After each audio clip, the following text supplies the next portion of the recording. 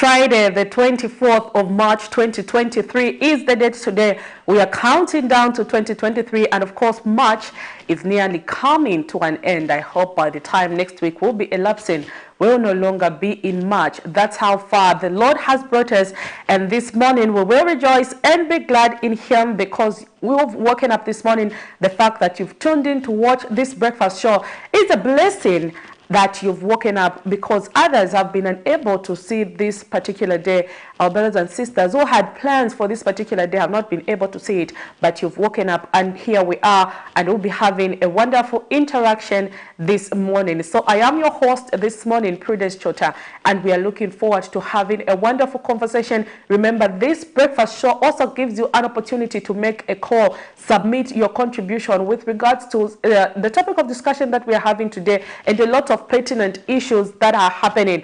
I am very excited this morning because we are back on the winning track. Zambia yesterday beat Risotto. I hope for those who are watching the game, you know what I'm talking about. It was quite a day for a lot of soccer fans who traveled all the way to give our Chipolo Polo boys a support. Remember, this is the Africa Cup of Nations qualifier match, and we've had our first shot, and we are in Group H. Of course, we are hoping to top the league so that we can see ourselves get to the Africa Cup of Nations. Remember, Zambia has not qualified to the Africa Cup of Nations for 3 years after losing in 2021 at a game that was played here home. We lost and we couldn't qualify. So that was the third time in a row that we were failing to qualify for the Africa Cup of Nations. Should we fail this year, this will be the fourth time. We don't want to see that as a country. We need to go back to the winning street. Remember, 2011, Zambia became the champions of Africa.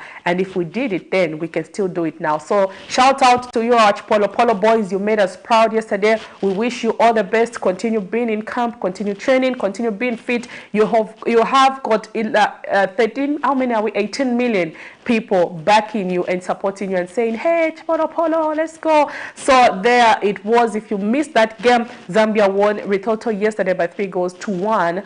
And of course, we are as it stands, top in Group H on that table. Hopefully we can continue to win so that we get to the Africa Cup of Nations. So right about now, talking about football, we need to be fit, and you see those boys, our boys who were playing the match yesterday, always keep exercising. That's why they were able to do that particular sport yesterday. But exercising also comes with being in good shape, being in good health.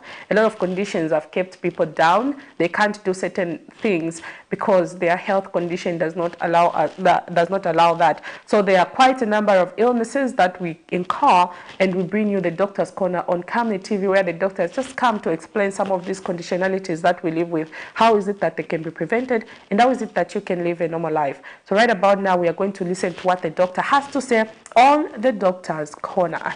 My director, let's see that.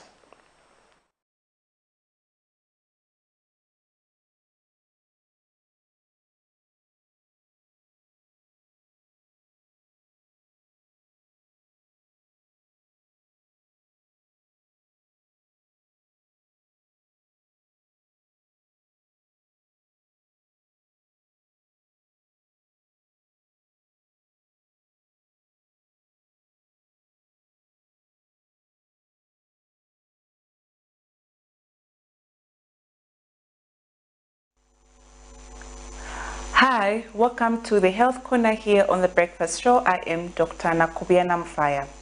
So this week we are talking about breast cancer, and we've been talking about some of the signs and symptoms, some of the risk factors of breast cancer, and also how it's diagnosed and treated in the hospital.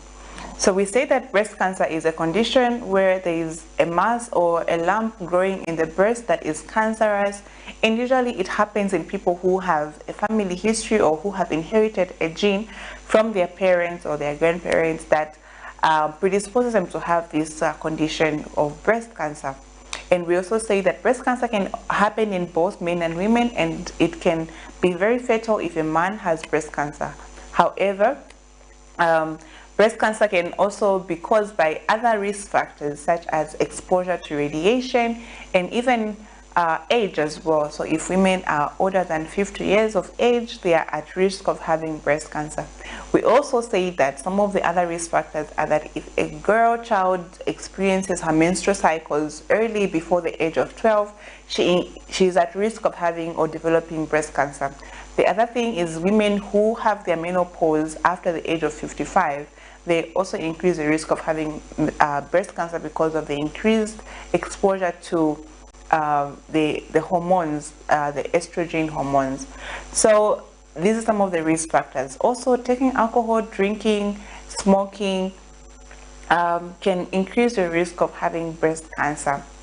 The other thing that we talked about are the signs and symptoms, and we say that some of the signs are that you would notice a lump or a mass growing in the breast, and one breast will usually be bigger than the other breast. Then you would also notice some changes in the skin. Usually there would be some change in the skin color and also just the appearance of the skin of the breast. So you might see some orange peel appearance on the breast, which we call peel d'orange. So if you notice any of these things, then you make sure you go to the hospital as soon as possible. Also, if you have any nipple discharge, if you notice any discharge from the nipples, usually you would have a bloody discharge. There are so many discharges that come out of the nipple, but if you notice any discharge that is abnormal, then make sure that you go to the hospital and get checked. Then we also talked about some of the treatment options and diagnosis. We say that breast cancer can be diagnosed in the hospital using ultrasound, using MRI, and even using a needle biopsy, because that's the only way that we can be able to confirm if it's cancer. So a needle biopsy is very important for you to do. If you are found with a mass in your breast, make sure you do a needle biopsy or to do a biopsy of the mass to be able to check what type of cells does that mass contain. Because if it's cancer, then you need to get treatment for cancer.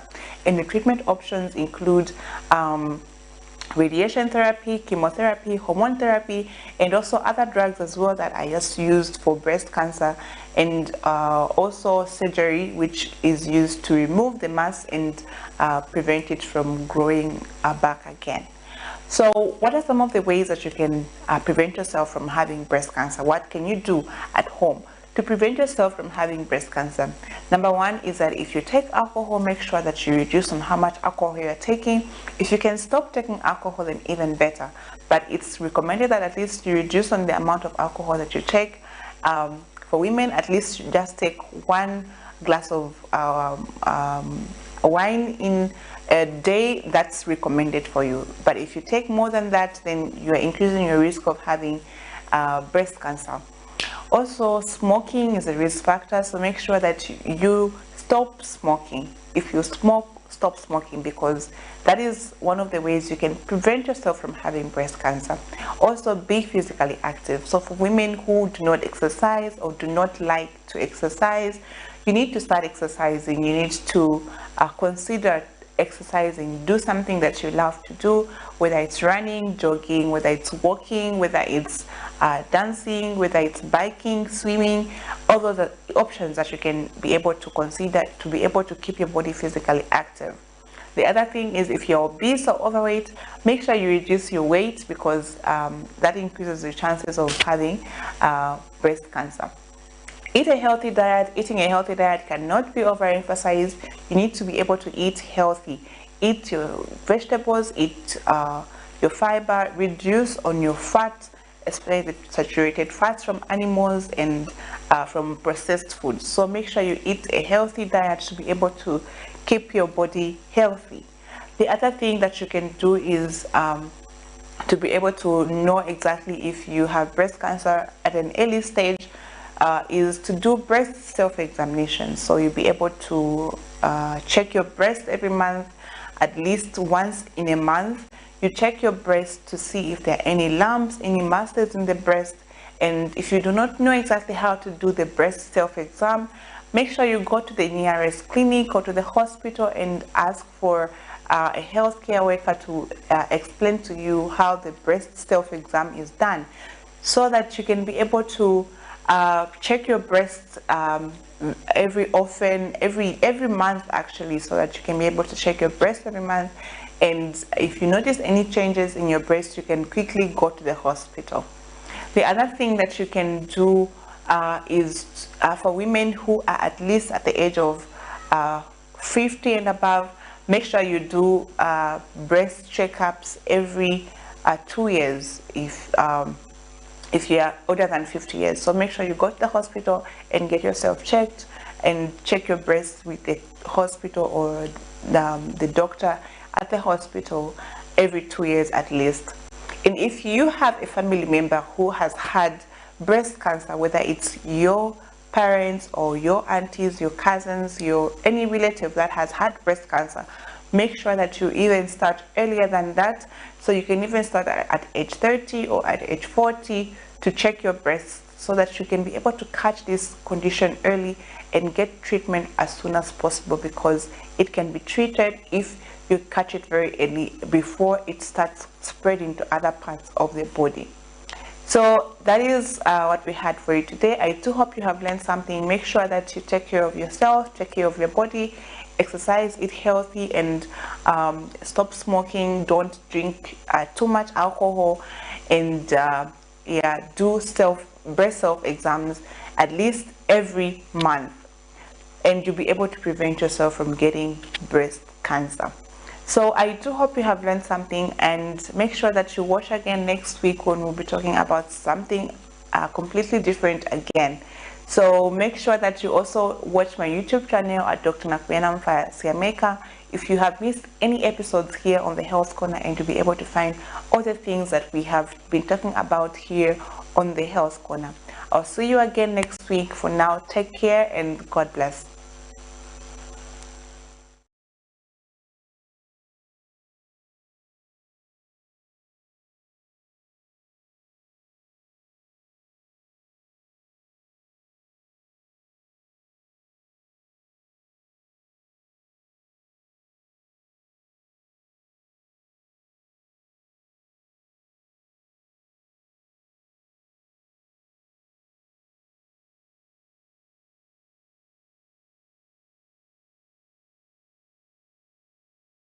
There you have it. That was today's segment of the Doctor's Corner, and she was talking about breast cancer.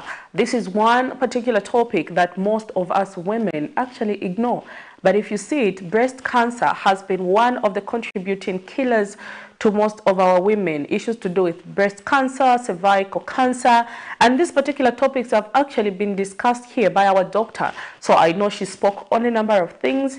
If you are taking too much alcohol, it is time to reduce your intake of alcohol. If you smoke, it is time that you put that cigarette away, because it increases your chances of having breast cancer. She also talks about exercising. If you are overweight, you need to put off some weight so that your body can begin to cater for some of these things. And then also another way you can deal with the issue of breast cancer is have your breast removed at an early stage before cancer spreads to other parts. So those were some of the highlights from what the doctor was saying today. A lot of important things there that she had to give. Women, let's not take our bodies for granted.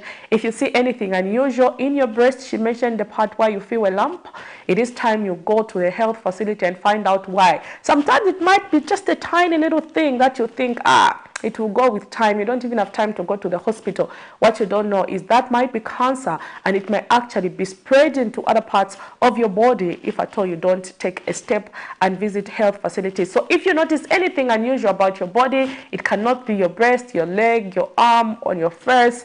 Face is a very important part of a human body, because that's the first contact when you look at someone. If you notice anything unusual about that, ensure that you visit your health facility. Like for me, I noticed something unusual about my face. I think you've seen there is a bump on my forehead, and trust me, I get tired of explaining. Whenever I look at someone, the first thing they ask is, Puma, what happened with your forehead? So at least I know what the problem is. It's not something that I should worry about. This is just lipoma, and with time it can be removed. So know what is going on your body. You might find it is something more than what you think it can be. So let's visit our health facilities and let's hear what the doctors have to say. So right about now, we are also going to zoom into the money market to see how is it that our local currency is performing against other major convertibles. Money market comes to Camnet TV every morning, and for our sponsors out there, let's sponsor the money market. Being it a bank, you can sponsor this particular segment, money market, so that we continue to see how is it that our local currency is performing against other major convertibles. So kwacha today, as of 24th March 2022, how does it look? And these and other things is what we are supposed to be discussing. And the breakfast show today, Friday, specifically looks at the business sector, and we're discussing a very important topic, alternative to the debt restructuring issue. We know this particular topic is something that a lot of people are not talking about, but it is very important to the economy of Zambia. We know the debt restructuring issue has dragged. It has dragged more than what the UPND government calculated. Remember, before President came into office, he assured that in the first 3 months of them being in office, the debt restructuring issue would have been done. They were hoping they would get on an IMF package, of which they have. And of course, they hoped with the debt restructuring done, they are on an IMF package, so meaning they have some resources. They increase production in the mining sector. Remember, there's 3 million metric tons to be met in the next 10 years. The economy will definitely begin to improve, but this has gone the opposite. The process has dragged, and it seems the process might even drag further than we anticipate. So the question that we should be asking ourselves is, what alternative means should we now start looking at away from the debt restructuring issue? Because, you know, when there is a problem in the house, you can't just keep folding hands and waiting for that particular solution to be solved. Sometimes you start looking to other alternatives to solve that particular challenge. So right about now, let's see the money market. My director here, I don't know why I can't see money market. That's is the money market for this morning. Kwacha, they are quite not performing according to what you expect. It's still under attack, and I didn't know it is going to that. Anyway, Zambian kwacha against the Great British Pound is buying at 25 kwacha 67 ingwe and selling at 26 kwacha 18 ingwe. The Zambian kwacha against the United States dollar is buying at 20 kwacha 85 ingwe and selling at 21 kwacha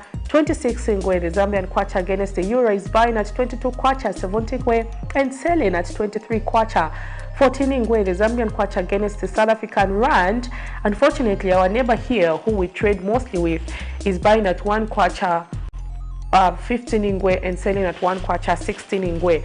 That is the money market for this morning. That does not look quite good for the kwacha, because even against South African rands, that small 0.15 you're seeing there is a lot. If you talk about converting resources, you're buying things from South Africa. So I know the prices of goods and commodities are equally going to go up, because we have no control over what is happening in our currency. Against the United States dollar, they are almost going to 21 kwacha. That is not good for our country, considering that the government has put in measures to ensure that we counter the depreciation of the kwacha, such as revising the statutory reserve ratio by 2.5 basis points. We've also seen the monetary policy rate being adjusted upwards by 0.25 basis point. We expect to see things having stabilized, but that has not been the case. And now the debt restructuring issue has even dragged more. I know Minister of Finance did mention earlier this week why this has been the case, and it did indicate that the fact that we've not yet gotten a conclusion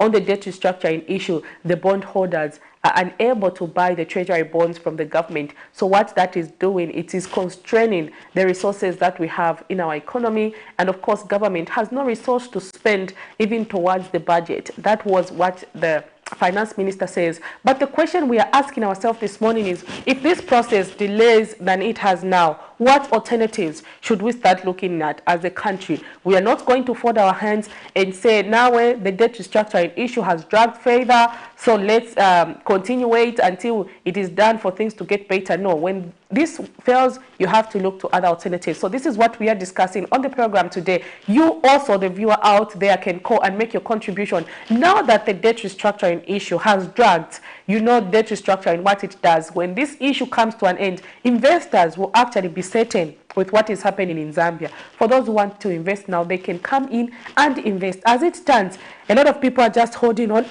pardon me, to their money and now looking to the folk money for stick up. Once that issue is done, they can come in and invest. As it stands, investors are holding on, bondholders are not buying bonds. If they don't buy bonds, government does not raise money to finance the budget. When it does not raise money, there is no liquidity in the economy, and this, which we are seeing, is now the consequence. So now the question we are asking is, if this process delays more than this, what alternatives should we look to as a country? So my guest and I this morning will be discussing that, but also we are going to zoom into some of the stories that made headline in our news yesterday. This particular topic is one of great concern. We've got issue of Lusaka being over-congested, and now there is a fight for land, for space. Bus drivers, taxi drivers are all looking to alternatives, and traders also want space. If you go into Lusaka, we've seen what has happened. All the streets have been taken up by street vendors. Sometimes bus drivers, taxi drivers do not even have where to park. But now comes the issue of wheelbarrow pushers who've been on an increase, and we know wheelbarrows are creating employment for a lot of people in Lusaka. They now have to fight for space with cars. So as a result, some motorists and pedestrians in the Central Business District have cautioned wheelbarrow pushers who operate on main roads to return to their designated pathways to avoid inconveniences on the road. Speaking to Camnet News, an aggrieved driver explains that his car has been dented by some wheelbarrow pushers along Independence Avenue due to their careless movement. Meanwhile, some wheelbarrow pushers spoken to have defended their decision to use the main road to conduct their businesses to lack of space, adding that the road for their operation has been dominated by vendors. So that was yesterday's story that made headline in our news. In case you are not in Lusaka, you are on the Copper Belt, you are in Southern Province, and you're wondering, let's zoom into that story that made headlines so that you understand what we are talking about. The increasing population in Zambia's capital city, Lusaka, is now leading to a shortage of space, which is now seeing businesses scramble for trading spaces and motor vehicles for parking space.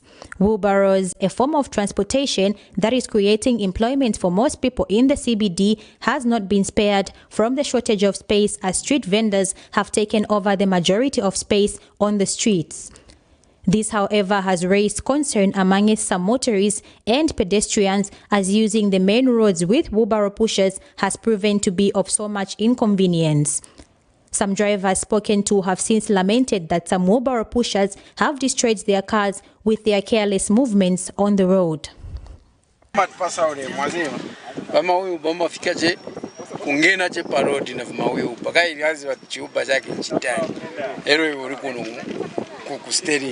Pamenotiaka break uzapeza tika ni emergency ndo wamuona ujari kumbuyo sasa zio ati waweupa faka chiweupa kuja kwa dia kaje break wakumbuyo akupo uja waweupa definitely akaona tia chitika accident ata then is manje tiambo limbana nauti na uja ata akaiwa cha emergency jaife sana ziwe utine cha renga njani sinezofuna utini pese kunifamu so uzapeza tumamabwera bruto paroti amaruba balicheke careless chape kulikonse wozaenda especially kuja kuma city market yasunga pite kulipita kuja weve kulibad because apeza sometimes road ya chepa upe na eva pita na chiuba pakati mai palasi bali mambo kwe sana. And Clarence, a pedestrian, also says that wheelbarrow pushers should not operate on main roads, but should instead stick to their designated pathways in order to create way for other road users. These people, they don't only affect drivers, but even us who walk on the road, because they make it seem as if they are more important than us. The way they move, they're so fast. So I think something should be done on this. Meanwhile, some wheelbarrow pushers in their defense have explained that they have dominated the main roads because their pathways have been taken over by street vendors.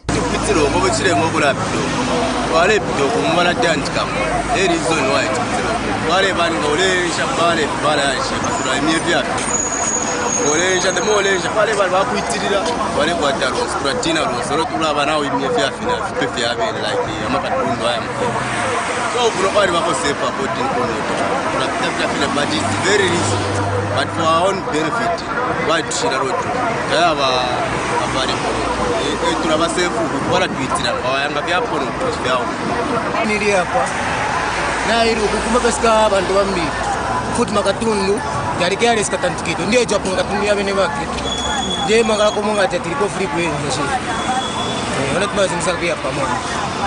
They have since urged the relevant authorities to look into the matter, stating that if more roads are created, they would desist from using the main roads. And efforts to get a comment from Road Transport and Safety Agency Ratsa Mukela Mangolwa proved futile as his phone was switched off. Beatrice Chabaya, Camnet News, Lusaka.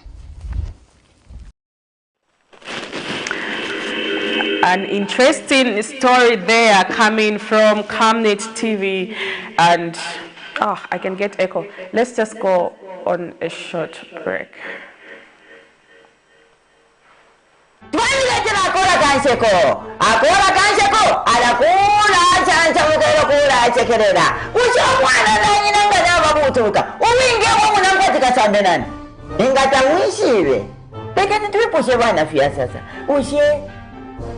Umwana na nyina ingana babuturuka uwinge wo munankwatira sambe nani mwe ipikia yini shenya abo mwikere nabo.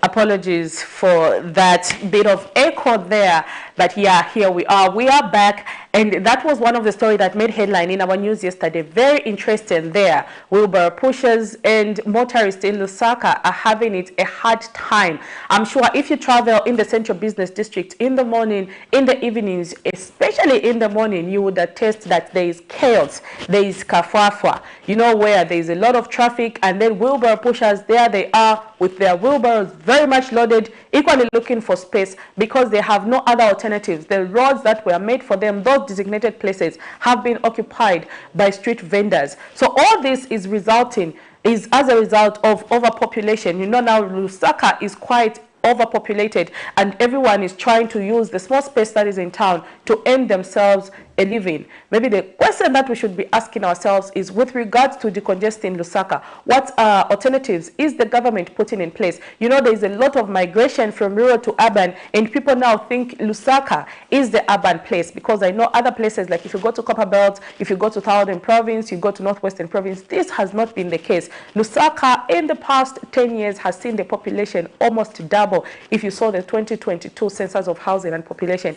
And most of these who are coming to Lusaka, you find that they are coming not for that they've been employed, but to look for employment in Lusaka. So what that is doing is, when they come to Lusaka, they'll look at the small space remaining in town. What is it that I can do? Here you are. They are selling salaula, they are selling meat, they are cooking, even matumbo kuno. In Lusaka, matumbo yankuku, the ones you call matumbo and vimbombo. Here it's business. You find people actually grilling or braising those in town. And that's the kind of business they're doing. So there's all sorts of business to an extent where now drivers and wheelbarrow pushers have to fight for space. We've seen an influx of wheelbarrow pushers. This was not the case in the past, even the past 2 years.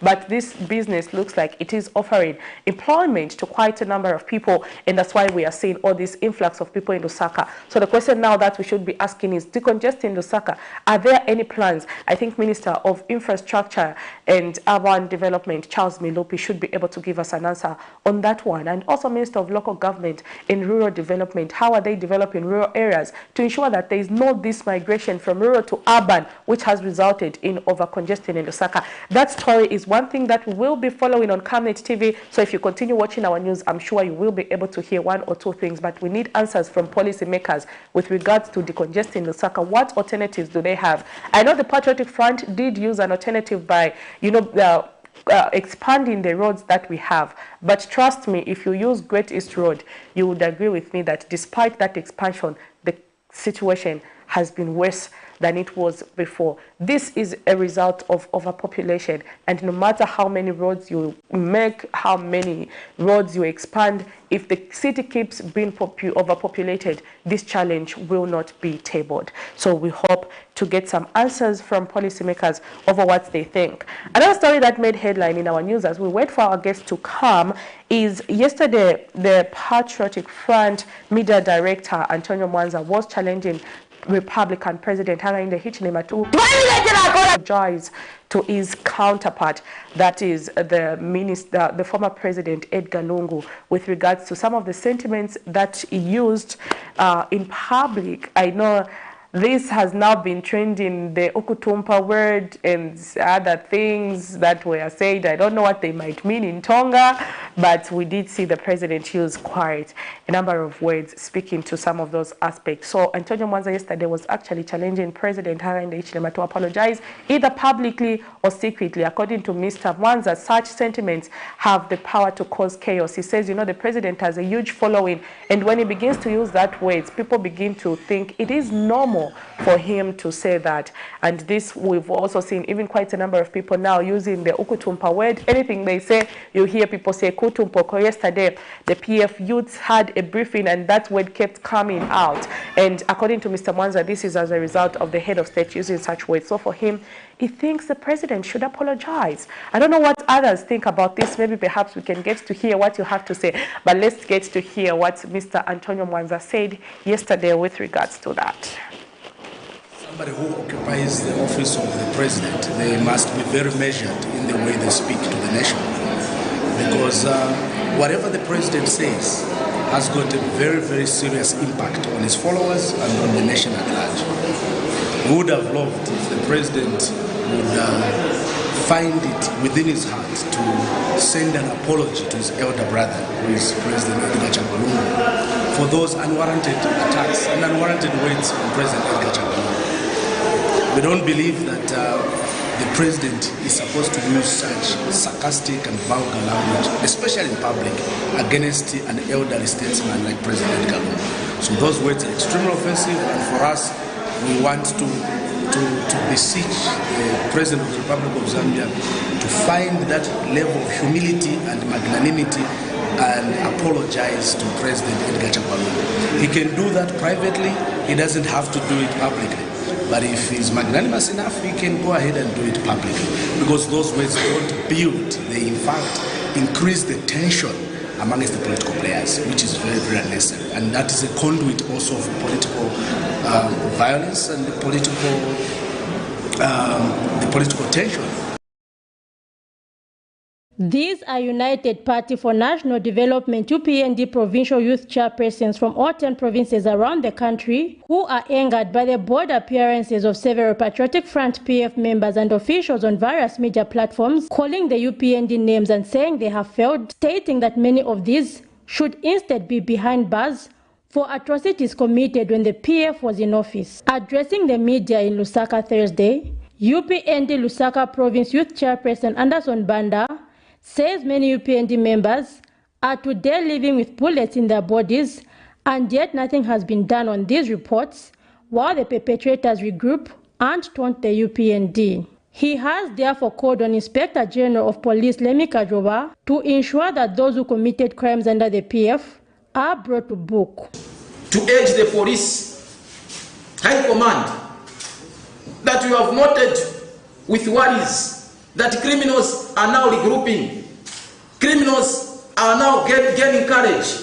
They want to come back and continue on the path of destruction, on the path of criminality, of practicing dead politics, politics of violence, politics of hate, politics of tribalism. These criminals are regrouping. We urge the Inspector General of Police, please take it upon yourself. Make sure that all the dockets that Zambian people brought to your stations are revived, are retrieved, and make sure that these criminals are answerable before the courts of law. If you don't do that, don't blame any UPND youth who would want to bring sanity on your behalf as police if you fail. Meanwhile, commenting on the appointment of Zambia National Broadcasting Corporation Director General Barry Lwando, UPND Northwestern Province Chairperson Bruce Kanema says UPND youths have rejected the new appointee as he is a well-known PF cadre, stating that he even attempted to stand as Chamber MP on the PF ticket in 2016 and 2021, calling for the appointment of a non-politically inclined individual. We do not want to betray you, Zambians, because you did a tremendous job by removing criminals from government. Now we don't want to see again criminals back in some institutions. Never. I have said never. And that director is going back. But if people want him, let him go where he contested and become a member of parliament there, and not at ZNBC. A ZNBC, that institution, is non-partisan. So we don't want cadres at ZNBC. No. It is a key institution. Other speakers, namely UPND Northern Province Youth Chairperson Paul Mulenga and UPND Eastern Province Chairperson Lyson Nyerenda, have urged the Zambia police to act on alleged tribalist members of the PF, among them Tishimba Kambwili and others, on their alleged habit of issuing tribal remarks. We are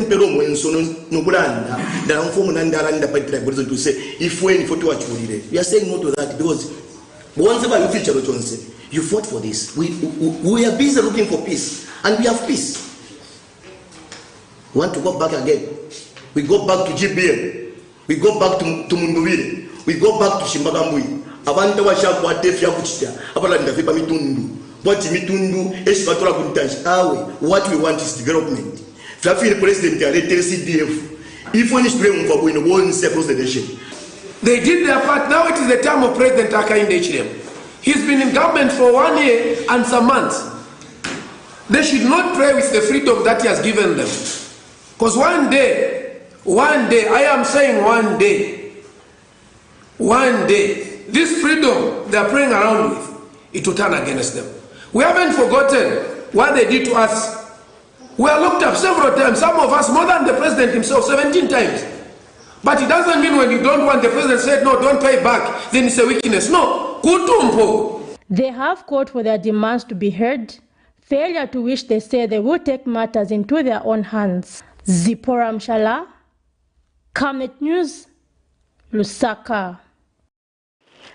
There you have it. Those were some of the stories that made headline in the news yesterday. Antonio Mwanza there appealing to President Hakainde Hichilema to apologize to his predecessor, that is former President Edgar Lungu, over some of the sentiments he made in public. He says such sentiments have got the power to cause confusion in the country because he's a head of state and he's got a huge following.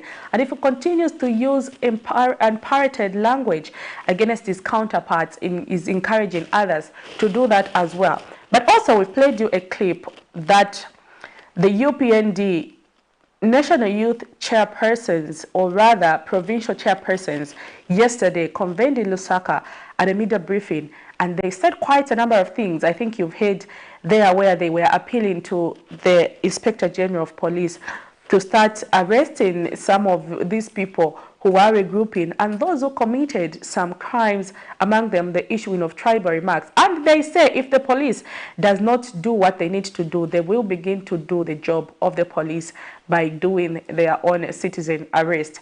I don't know what you have to say over those sentiments that were done actually by the UPND yesterday, because this is what we were trying to avoid under the Patriotic Front, and we've seen this has now started manifesting itself under the United Party for National Development. So what is your comment with regards to that? Also, they are calling for the now DG of the Zambia National Broadcasting Services, that is ZNBC, to be removed from that. According to them, he stood on the Patriotic Front ticket, and so it does not stand a chance to take up that particular position. This leaves me with a lot of questions. So does it mean if someone aspires to be a leader and they choose to say, okay, I'm going to stand under the Patriotic Front or under the UPND, if my political party does not get into office, I do not stand any chance of being employed under the government? Is that where we've reached as a country? Remember, sometimes people join other political parties, not because they support their ideologies, but because maybe they know in this particular political party, I stand a chance to be adopted because they want to offer a service. While others will decide to be independent candidates because they know chances of me being picked as slim, but I want to offer my own a service to the Zambian people. So a lot was said yesterday there, and those were the UPND youths. Do you agree with that? They said, is that going to add to the development of the country? That is what we are discussing this morning. So Zambia's debt restructuring process has delayed beyond the anticipated period. Remember, when the UPND government came into office in August of 2021, the first thing they said is we are committed to ensuring that in the next 3 months, the debt restructuring process is concluded. So they were hoping by March 2022, that process could have come to an end. But this is March 2023, and the process has not been concluded. 1 year after their aspiration, the debt restructuring process has not been done. And what this is now doing, it is having an impact on our economy. The bondholders are no longer subscribing to government treasury bills.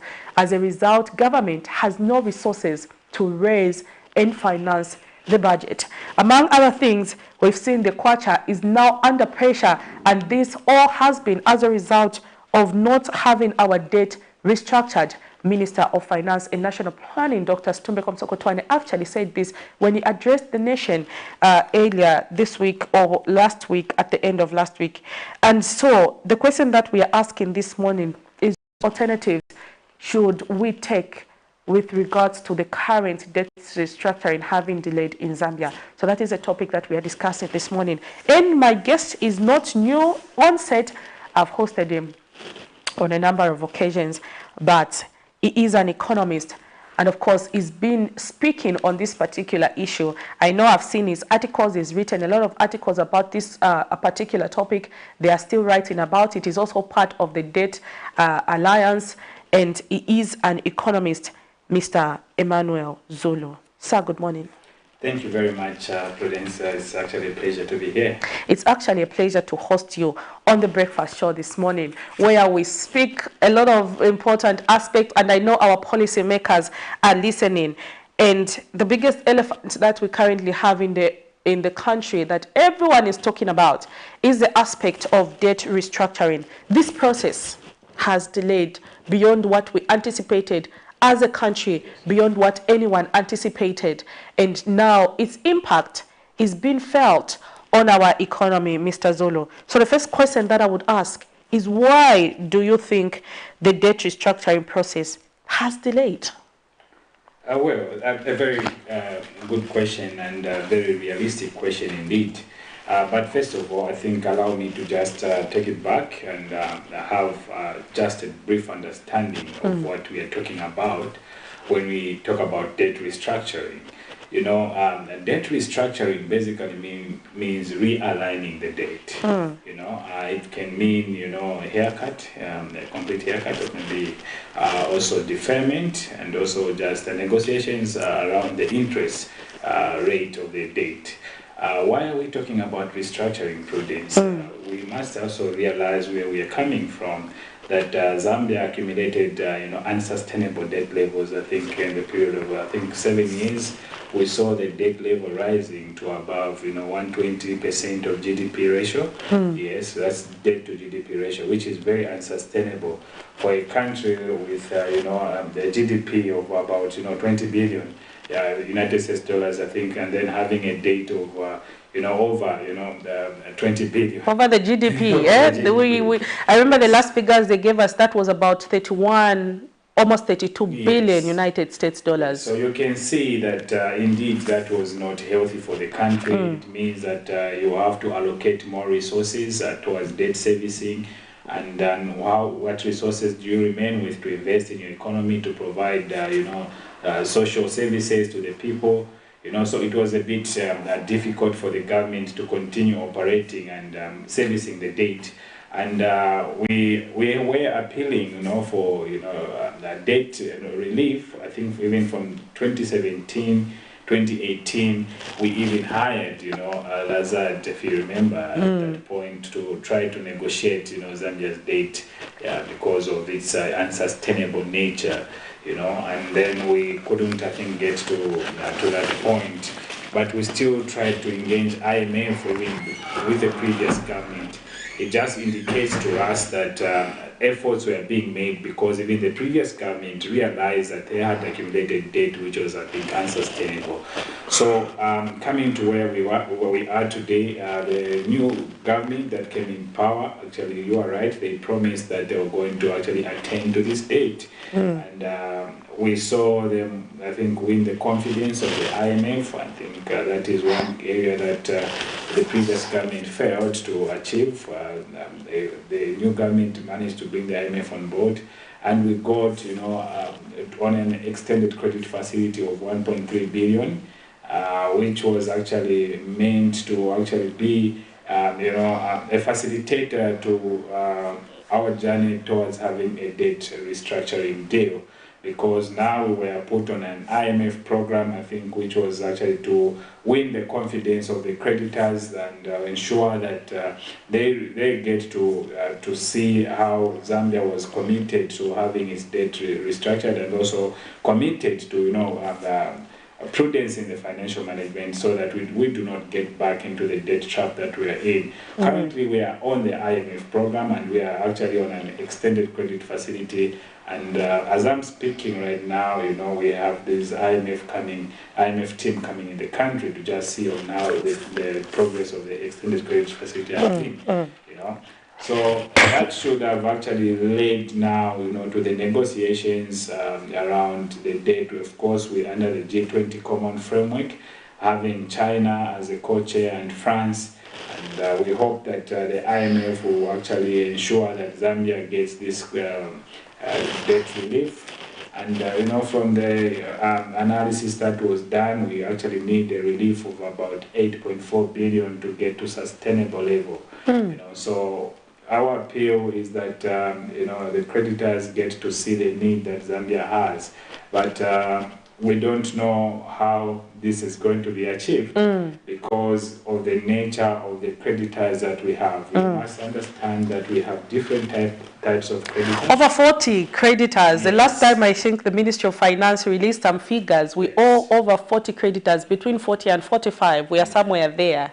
Yes. So you must also understand that the debt restructuring deal is actually, I think, we are actually talking about external debt because I think there's little focus on internal debt and the domestic debt because I think of the impact that it may have on the economy and the financial system. But I think we are more, looking at the external debt, which stands about, close to 14 billion right now. And of that amount, 50% is actually owned by China. So you can see the nature of debt that we have. There are also private lenders there. You have the Eurobond. And just to speak on how grave this problem is, we were actually the first country in Africa to default on a Eurobond, and that actually sent a lot of negative signals even among investors and those that would want to subscribe to Zambian bonds. Yes, so and we are actually right now we are hoping that we get to a level where we can have this debt restructured, such that we can have some relief as a country, have resources available to actually invest in productive ventures and grow the economy. So what am I saying? I'm saying the debt restructuring is key to the growth of the economy, and if the country is to achieve its growth aspirations, you know that in the medium term, we are actually targeting to grow the economy by, 4%, and also, improve the unemployment levels, because that will come with investment, of course, in production sector, and also seeing that we are able to attract investment. Let me just come in. I know you're going to the next question that I wanted to ask you. I know you've tabled it just a little bit, but should the debt restructuring process delay even further than it has, what will happen to the Zambian economy? What are the things that we are likely to see? Yes. And already we started seeing happen. I know there are some things that are already happening, but going forward, if this process even delays than it has, what are some of the things that we are likely to continue seeing happen? Well, first of all, we must agree that the 2023 budget that was presented by the Minister of Finance, if you look at the figures, it's premised on the fact that Zambia was going to get a debt relief. So if you delay further, like you put it, we are actually going to see difficulties in actually implementing the budget. And hence we might see that the government may struggle to actually raise resources, because currently we cannot borrow from the commercial market to actually implement some of government projects. Hence, we can see that there's a lot of pressure. I think the government is trying to raise money domestically, and the issuance of treasury bills and government bonds. You're just basically you're borrowing again from the domestic market. But of course, right now there's an annual borrowing plan, and there's also the budget plan for borrowing threshold. I think the government has put a limit to how much to borrow this year. So, but there is pressure because we don't have resources available right now, because we have no investors or limited number of investors that are coming in the country, because they're a bit skeptic about the whole process. It has prolonged. People expected that the debt restructuring would actually be concluded earlier this year, maybe by February, January. But even the IMF themselves, they have indicated that they are having challenges to bring the creditors together, and they indicated that probably they would try to bring the creditors under the round table meetings that were held in February.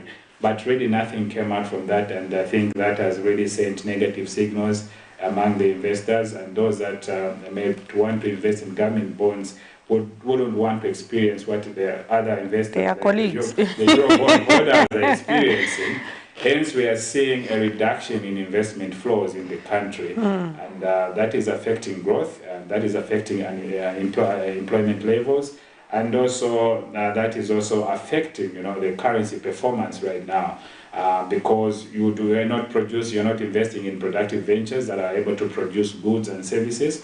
So we are heavily reliant on imports, and because of the weaker currency right now, due to lack of or maybe limited flow of investment in the country, and the fact that we cannot even borrow from the external market, commercial market, because of the conditions we are in, it makes it difficult for the country to actually grow at a desired rate. So you get to see that there is pressure on the currency. We are importing goods, so probably we might actually experience high cost of imports, and it is already reflecting, because right now, as we are talking, Prudence, the kwacha is the dollar is trading for above 20 kwacha. 20 kwacha, 85 in. I think we did zoom into money market. It's now going close to 21 kwacha. Yes, and if you're actually buying, you're actually buying at 21 kwacha. Almost the case that was in 2021. So you can see that the confidence levels have dwindled among investors, and this is basically, I think, due to the fact that there's a lot of skepticism around the debt restructuring deal. Investors are kind of holding back to see what the outcome will be with the creditors.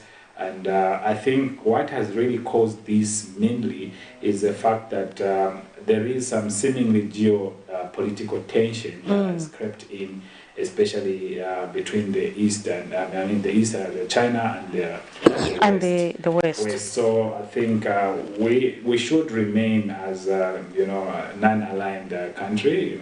I think for us to really not get involved in these geopolitical tensions, I think we should see more of a balanced kind of arrangement where the country doesn't seem to align with any of the two, and tries to work around this G20 common framework, because I think it offers the best option of having our debt restructured.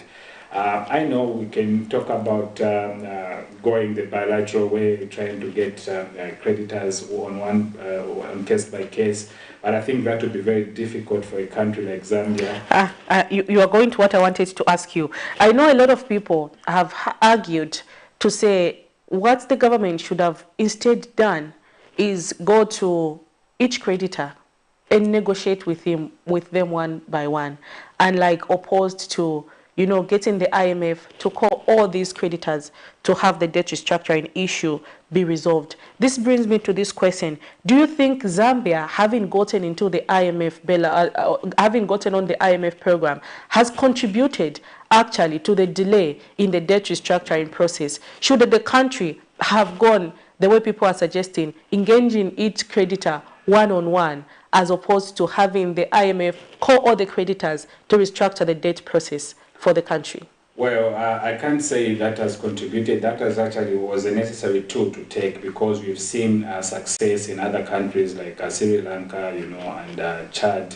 You know, I think they went through the same process and they managed to actually have some debt relief. And it was hoped that Zambia would actually benefit from the same. And it offers the best platform, because every time, under the G20 Common Framework, we have what we call comparability of treatment, you know, where each creditor will have to be treated the same way, you know. So we're actually going to benefit more, and unlike when we go to each individual creditor, because now, whatever you agree with other creditors, or probably it may affect your relationship with the other creditor, you know. If others just give you interest cuts, you know, then when you go to another creditor, definitely you cannot expect to have, you know, a debt write-off, because there you agreed to interest. They'll definitely choose to actually, no, if that other person gave you just an interest cut, why should we give you a write-off? You know, so it will be difficult for a country like Zambia to go that direction. But under the common framework, and the G20 common framework, we are actually trying to bring, you know, a more comprehensive case before the creditors to say this is our need, and if you can deal with us as a collective group, I think it will really give us a relief as a country, because we are talking about 8.4 billion for us to get to sustainable level, and you cannot get it from one creditor. So I think that the G20 Common Framework offers the best platform. The Chinese spokesperson for the Ministry of Foreign Affairs held a briefing just, I think, a few weeks ago. And when he was asked about the issue of Zambia and debt, his message or his reply was that I don't understand why China is being asked to give relief to Zambia, when in fact the Zambia also owes about what's the word? Multilateral, bilateral. He talked about actually bilateral creditors. Yes. So his argument was, why shouldn't the bilateral creditors also give Zambia a debt relief, so that we can also learn from what they are going to do it. You know, okay, so in short, what he was trying to say is Zambia also has bilateral debt. Yes. And before they can ask China to say, no, give them an alternative, let the bilateral creditors also give a relief to Zambia, so that it can also benefit from that. But we know what bilateral debt sometimes is and what its impact is. I know that I heard some information about where some bilateral creditors were actually saying, you know, it's difficult because those resources that we give out are resources in our country that we invest for maybe poor people. Yes. You know, these are poor man's resources, and then you borrow them so that they make a bit of profit. You continue feeding and offering those programs in your country. But this country comes and says, forgive us this debt. So what those countries will mean is the money they've invested for poor people will have to go. So China's argument was that Zambia owes bilateral creditors, and even the bilateral creditors can equally come on board and forgive Zambia of their debt. Yes, basically that is true. We are all quite the different segments of creditors, and that makes the whole process quite complex. Yes, but China, we owe China, I think about 6.6 billion, which is quite a huge part of the debt. And if this can actually, if we can get a good relief from this, it will really help Zambia to get back into a positive trajectory path. You know, so but we want to deal with this debt together with other creditors, because you know China is being watched by other countries as well. You know, they cannot just deal with Zambia alone. You know, because they have other debtors, and they are all looking at what China will do in the case of Zambia. And if they just go directly and deal with Zambia, probably every country will be on China's neck to say, if you give this to Zambia, then you can do this to us as well. So, and China doesn't want that. Probably they wouldn't want to go that direction, because they might lose out quite a lot. But I think what their appeal is that let's all offer this similar relief to Zambia, But they are part of the G20 Common Framework, and they are co-chairing the G20 Common Framework. Hence, we remain optimistic that indeed the G20 Common Framework was formed under good faith, that it is going to help countries that are struggling with debt get their debt relief. So it is optimistic that indeed the G20 Common Framework is going to deliver, because it has delivered in certain countries. So this brings us. That's what makes even the Minister of Finance a bit, optimistic. That despite the delay, definitely something will come up, because negotiations are still going on, and we cannot say it is over until it is over. This now brings us to the question that we are discussing this morning.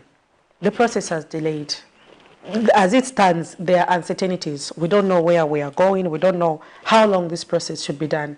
But as a country, we can't just fold hands and continue crying to say, until we get the debt restructuring process, that's when things will be okay in our economy. If one road does not work, we need to start digging through another hole to make it to where we want to go. So this brings me to the question, what alternatives should we now start looking to? Should the debt restructuring process delay even further than we have now? One thing that we should not forget is that Zambia is not a country that is poor in terms of resources. We are a country that has been blessed with natural resources, and copper being one of the main, traditional export commodity that we have. And we look to, I think, a future that looks to be very bright in terms of demand for copper, especially that now we are going towards, the EV batteries. We are trying to promote clean energy. And this puts us in a very good position, actually, to position ourselves as the main, source of these materials or these EV batteries that will be needed, for the growth of this energy demand, especially around the electric vehicles. So I think that puts Zambia in a very good position in terms of going forward. I think if we can harness more in terms of copper production, I think that is where we've lagged behind. We have the main, big mines such as the KCM, the Mopani mines that have, stagnated for quite some time due to legal issues. I think that has affected our output as a country, because there's a lot of revenue that can be generated from the mines. We have the Kasenseli gold mine that is actually producing gold. We've actually discovered gold. But we still have those issues, that legal issues that are coming in, and we allow them to actually stall production, because what this country needs is actually growth of the industrial base. If we can produce and value add, I think that will really help us in terms of helping the country have resources for investment in different sectors, and also for the country to provide, social services for the country, for the people. So I think we need to quickly get these mines operational. The fact that the future looks bright for the copper prices, it's time that we get investors on board. There are a lot of investors that are willing to invest in the copper production, the gold, and I think we should remove political face, and see to it that we get these mines running, and also encourage, the small-scale mining. I think I've seen there's been an advocacy for formalizing of, artisanal miners, which is very positive, because this is going to actually reduce even the poverty levels. People are going to be able to mine freely and not be called illegal miners, because there's a lot of resource that this country has. So what is needed basically is just to increase our production levels, diversify production. I know we have a comprehensive agriculture program now, which is supposed to see our output levels increase. We have seen how the demand for maize has been, especially this year. Most countries, are struggling with food. So these are areas where we can actually channel our attention to, and see to it that Zambia becomes a production hub for food. We know that Ukraine has been the main supplier of wheat and other kind of crops to the European market. I think we should take advantage of this situation, and also take advantage of the market. We have a lot of arable land that we can utilize and produce in large quantities, and this can ease the pressure on the exchange rate. So I think it is where we are tilting our investment that our foreign investment that we are actually calling for. I think we should make Zambian, sell Zambia to the outside world in terms of the potential that it offers to the investors. Now, it's not only in government bonds and all these things. We have quite a lot of areas where these investors can invest. There's manganese, there's cobalt, and all that. But what is needed is, to get into deals that are win-win deals, where we can have industries established. It shouldn't just be a source of raw materials. I think that has been the case for a long time. And this is why we see we have copper, but Zambia is not moving. What is happening? We have countries that are doing very well with copper. We have, Venezuela. We have, countries like, Peru, There are countries that are actually resource backed countries. So you find that even our currency for a long time, it hasn't been backed by production. Mostly it's been actually sentimental gains. Actually, last time that we saw the gains of the currency performing better, it was just confidence levels of the investors and all that. But what we need is a currency that is backed by production, where we are actually producing and exporting more than we are importing. We've been an import-heavy country for a long time, so we actually need to actually shift that.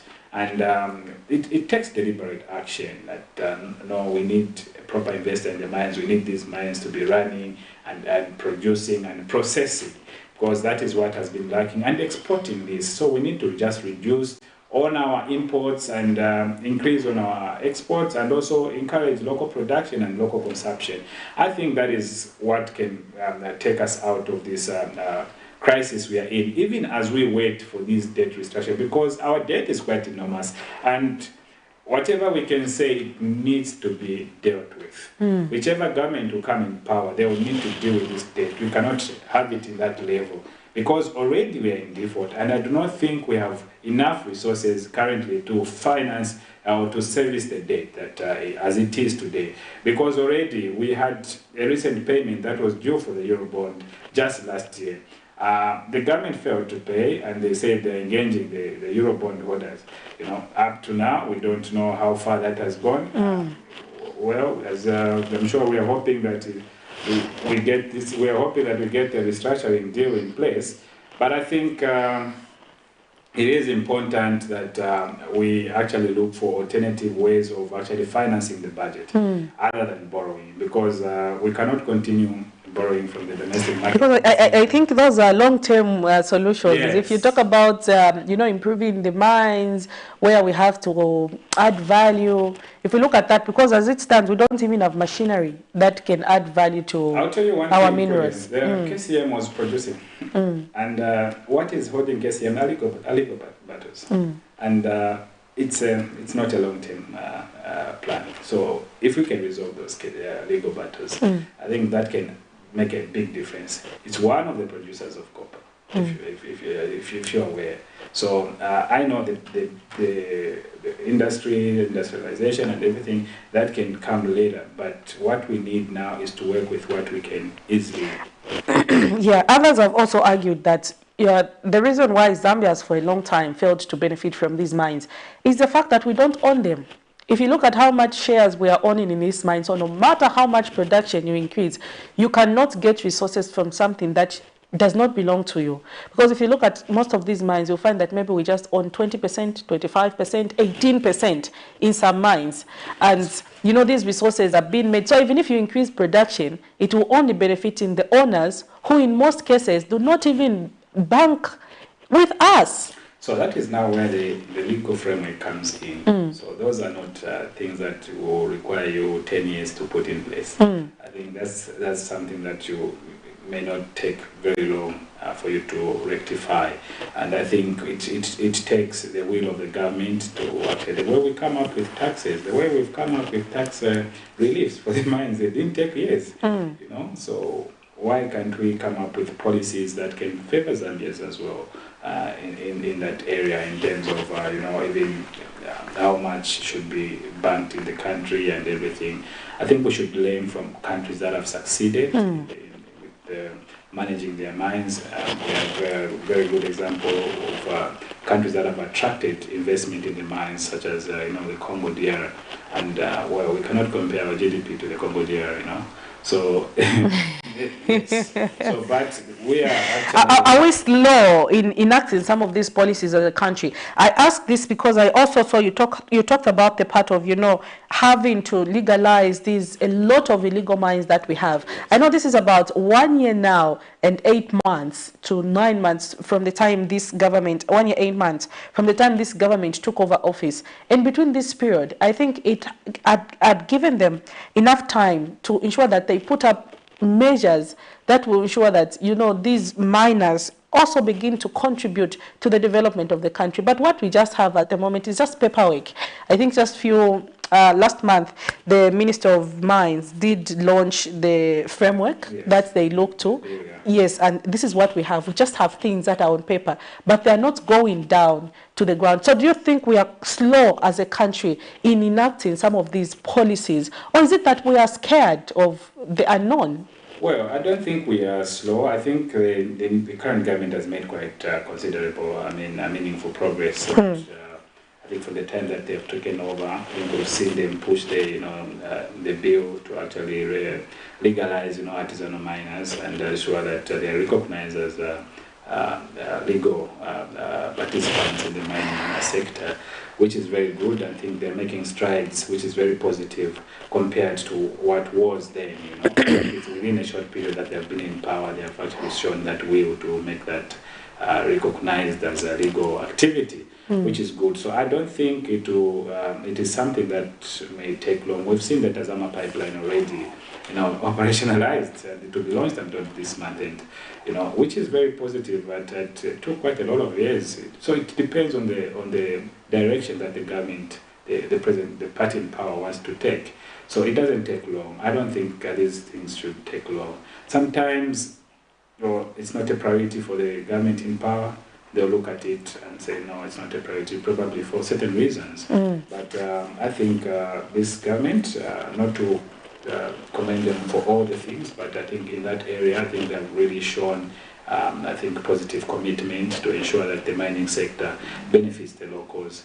But a lot can be done. We still have a long way to go. And the statements that were made by the president that they are resolving the Mopani and the KCM, I think were very encouraging in that regard. And those are not, you can see that they were basically legal battles and legal challenges, which probably we can find better ways of resolving them, because we are trying to also relook at how the legal system works. We cannot have a case dragging for years and years. I think that has been the concern even of the head of state, because I think certain cases could be resolved, especially those that are very key to the development of the country, and especially to do with key mines like KCM and Mopani. We shouldn't have them dragging for years and years. I think we are moving the right direction in that area. So I think that remains an option for Zambia in terms of raising resources, and also just even the tax system. It was porous. I think I've seen that we are implementing measures that are trying to seal up all the loopholes that were providing leakages for finance mobilization. So I think we are seeing that the country is going into a direction where the Zambia Revenue Authority is going to actually realize more revenue to help finance the budget, such that even our pressure to borrow will actually get minimized, because we do not want to get into a debt trap, remain in a debt trap. I think we need to get out of this. But our current state is that we need to have the debt restructured. It's too huge to be actually financed by our local resources. But I'm sure if we have all the mines running, we can finance that, isn't it? But maybe just another question. We just saw that. We can look at, I'll give you an example of just the 2021 budget. If you can see how much was allocated towards debt servicing, you really understand how much pressure the debt is giving on the country. That was almost like 50% going towards debt servicing.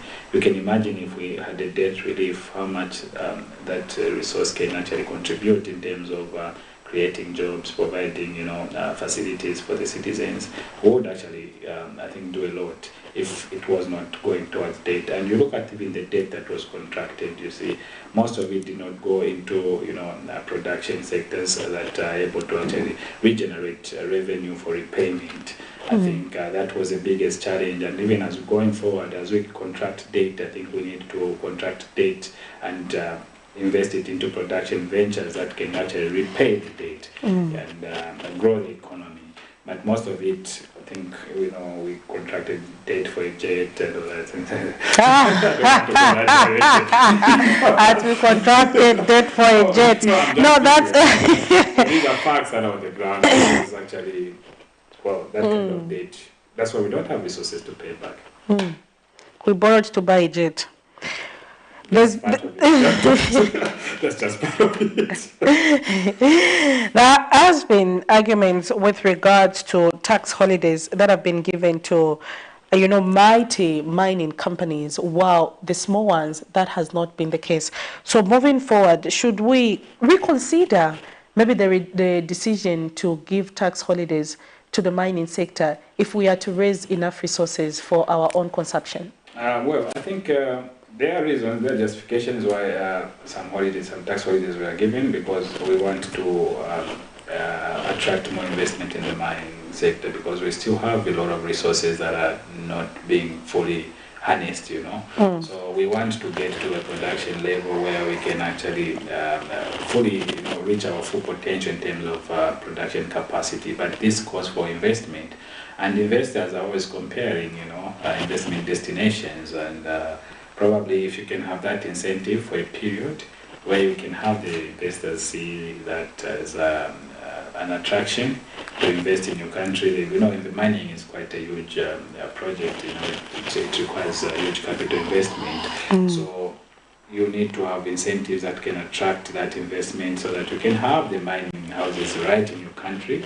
They bring in that machinery and everything, and that creates jobs for your people, because you are looking at two things there. And you look at also the competition you have in your region. You have Congo DR, and you want to ensure that also you are getting closer to their production levels. We have a target, I think, to increase production by 3 million metric tons. 3 million metric tons by 20. Yeah, so that is what you are looking at as well.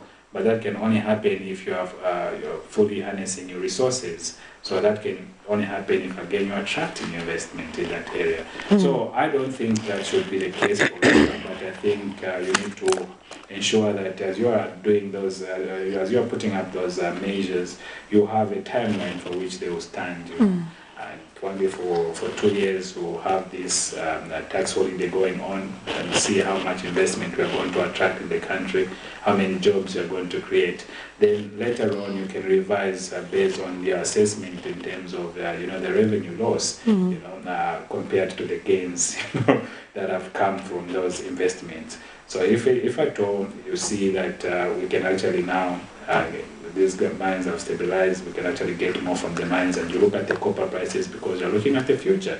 The future looks good for copper prices, hence you need more investors in your country in terms of the number of investors that are into mining. So I think the projection should just not be about today. I know people are talking about today, but every government also forecasts, in terms of how the copper prices are likely to perform.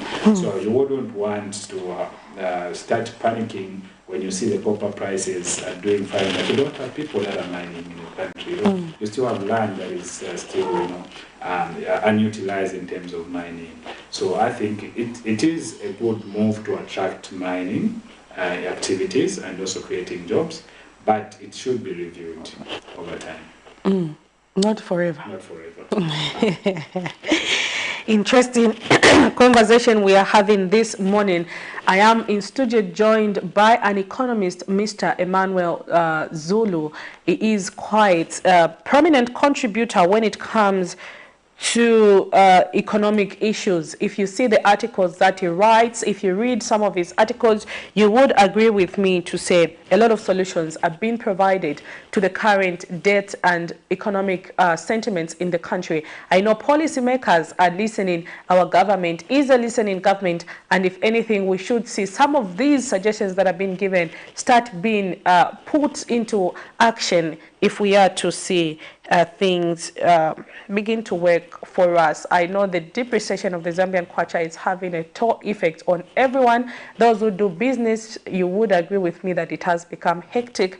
And the fact that there is no money in the economy, it even makes you difficult to sell some of these products that we are buying from outside. I know I do a small business where I order things from outside. Trust me, business has become hard for you to sell out there. There is no money in circulation. Also talking about money in circulation, as we conclude, as we come to the dying end of the program, I know the Central Bank of Government did revise the statutory reserve ratio upwards by 2.5 basis point. And I think if you follow what has been happening around between the period they did that a lot of money has been sucked out of the economy and it is just seated idle somewhere there. Do you think the fact that we've now seen liquidity reduced in the country, perhaps we should consider offloading some of those resources back into the economy?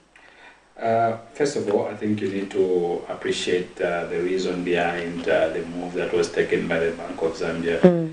You must understand that the kwacha has been under intense pressure and there is need to stabilize the currency. Stabilization doesn't necessarily mean that it will be low, but I think it should be something that is predictable, and the investors want a predictable, exchange rate. So at the rate we were moving in at that time, and the forecast showed that the kwacha was going to be under heavy pressure because of the and also the global happenings, and especially from the Federal Reserve Bank of America.